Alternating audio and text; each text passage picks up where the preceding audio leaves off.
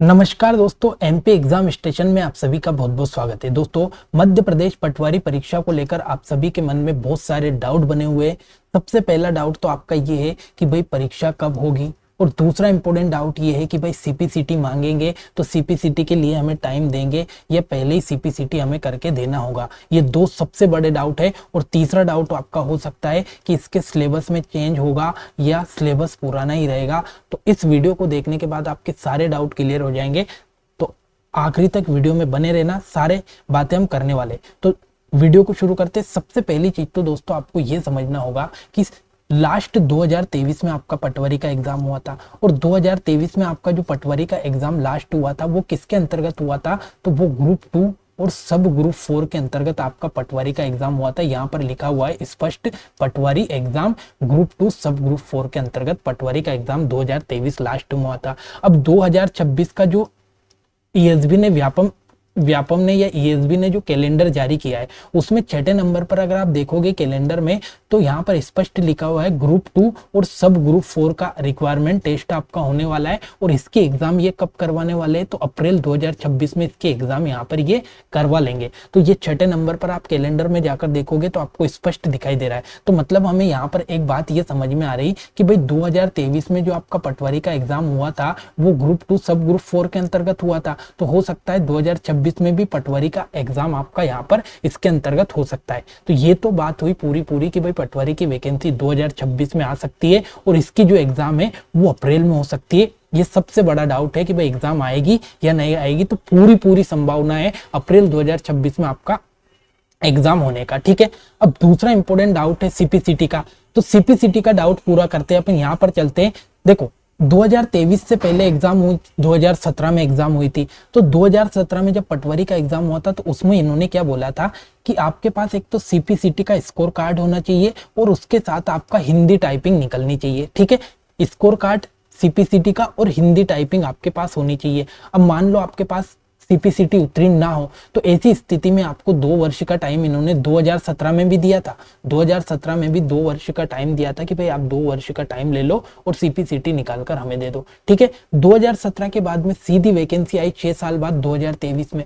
और 2023 में जब वैकेंसी आई तो यहाँ पर भी इन्होंने यही बात कही कि अगर आपके पास सीपीसीटी नहीं है तो आपको हम 2 वर्ष का टाइम दे रहे हैं, 2 वर्ष में आप सीपीसीटी यहाँ पर करके हमें दे दो और आपका यहाँ पर यथावत आपकी नौकरी बनी रहेगी। अगर आप 2 वर्ष के अंतर्गत आप सीपीसीटी करके आपको नहीं देते तो नियुक्ति आपकी निरस्त कर दी जाएगी, मतलब आपकी नौकरी जा सकती। ये 2017 में भी बोला था, 2023 में भी बोला था। अब मान लो 2026 में आपकी एग्जाम आ गई।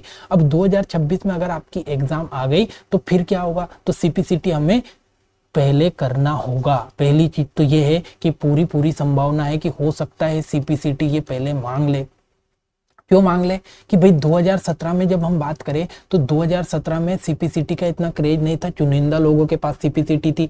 ठीक है, फिर 2023 की हम बात करें तो 2023 में भी चुनिंदा लोगों के पास ही सीपीसीटी थी। अब इतनी बड़ी वैकेंसी इन्होंने निकाली थी 2023 में और इतने पद इन्होंने निकाले थे, तो चुनिंदा लोगों से तो फॉर्म डलवा नहीं सकते थे। तो फिर इन्होंने क्या किया, तो इन्होंने ये प्रावधान कर दिया था कि 2 साल और इनको देते हैं, 2 साल बाद ये सीपीसीटी करके हमें दे देंगे। लेकिन दोस्तों 2026 में स्थिति हो सकता है ऐसी बने कि अगर आपके पद कम आए, और अगर आपके पद कम आएंगे तो आपको वो सीपीसीटी पहले मांगेगा। ठीक है, पद अगर कम आएंगे तो सीपीसीटी वो पहले मांगेगी।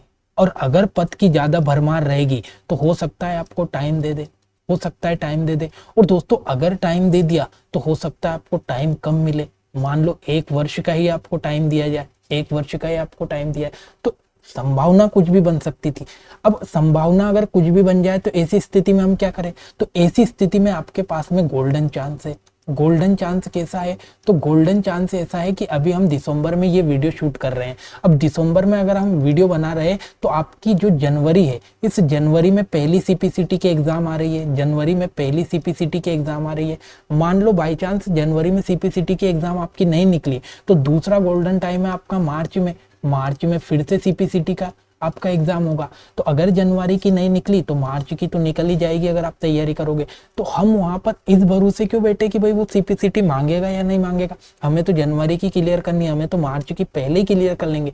अगर अप्रैल में ये एग्जाम करवाएगा तो मार्च या फिर फरवरी लास्ट तक फॉर्म डलेंगे, ठीक है, अप्रैल में, और अप्रैल में भी लास्ट अप्रैल तक एग्जाम होगा अगर होगा तो, या फिर आगे भी बढ़ सकता है। तो हमारे पास 2 गोल्डन चांस है कि जनवरी में हम सीपीसीटी कर ले या मार्च में सीपीसीटी क्लियर कर ले, तो वो पहले मांगे या बाद में मांगे, वो कभी भी मांगे। तो यहाँ पर पहला डाउट तो आपका क्लियर हो गया कि भाई जो आपका एग्जाम है ये एग्जाम होने की पूरी संभावना है। दूसरा आपका सीपीसीटी का डाउट हो गया कि भाई सीपीसीटी मांगे या ना मांगे, हमारे पास 2 परीक्षा आ रही है सीपीसीटी की, इसमें से कहीं ना कहीं की एग्जाम हम निकाल लेंगे।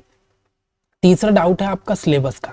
तो अब यहाँ पर मैं आपको सिलेबस दिखाना चाहता हूँ। देखो सिलेबस अगर आप देखोगे तो 200 नंबर का इन्होंने पेपर करवाया था पिछली बार में, और सब्जेक्ट देखना, इन्होंने साइंस पूछी थी, इसमें हिंदी पूछी थी इन्होंने, अंग्रेजी पूछी थी इन्होंने, और मैथ्स से पूछा था पहले पेपर में, ठीक है। दूसरे में इन्होंने कंप्यूटर पूछ लिया था, उसके बाद में यहाँ पर रीजनिंग और मैथ्स से मिक्स से है, और सामान्य प्रबंधन यानी मैनेजमेंट इन्होंने पूछा था। अब देखो इतना बड़ा सिलेबस है, और इतना बड़ा सिलेबस जिसमें सारे के सारे सब्जेक्ट आ गए। क्या सब्जेक्ट नहीं है इसमें? एक पंचायती राज व्यवस्था, ठीक है, पंचायती राज व्यवस्था इन्होंने हटा दिया था पिछली बार में, पंचायती राज व्यवस्था इन्होंने हटा दिया था। अब इतना बड़ा सिलेबस इन्होंने पहले ही दे रखा है, तो ये तो है कि सिलेबस चेंज नहीं करेगा, और सिलेबस अगर चेंज करेगा भी तो क्या चेंज करेगा? सारे तो सब्जेक्ट है, इन्हीं में से आपको पढ़ना है, maths, reasoning, Hindi, English, science, यही कंप्यूटर, यही तो आपको पढ़ना है। और कंप्यूटर अगर आप सीपीसीटी के एग्जाम दोगे तो कंप्यूटर वैसे आपका क्लियर रहेगा, ठीक है। तो यही सब्जेक्ट रहेंगे, सब्जेक्ट आगे पीछे हो सकते हैं, सब्जेक्ट कम किया जा सकता है, लेकिन इतने सारे सब्जेक्ट में और बढ़ाकर क्या बढ़ाएगा, ये आपका संभावना नहीं बन रही है। तो याद रखना है सिलेबस यही रहने वाला है, लगभग बढ़ाएगा तो नहीं, लेकिन कम जरूर कर सकता है, और कम करके जो आपका सब्जेक्ट का वेटेज है, ये वेटेज आपका बढ़ा सकता है। तो ये आपका सिलेबस यही रहेगा, आपको तैयारी अभी से इसी सिलेबस के हिसाब से करनी है, ठीक है। मैं बोल रहा हूँ तैयारी इसी सिलेबस के हिसाब से करनी है, क्योंकि सारे सब्जेक्ट आ गए, आप इससे अलग सब्जेक्ट पढ़ के भी क्या पढ़ोगे, ये सारे सब्जेक्ट आपके यहाँ पर आ गए, ठीक है। तो ये सारे के सारे डाउट आपके यहाँ पर क्लियर होंगे। आशा करता हूँ वीडियो आपको अच्छी लगी होगी। मैंने 2017 से लेकर 2026 तक आपको सारी जानकारी बता दी कि ये पटवारी का इतिहास रहा है।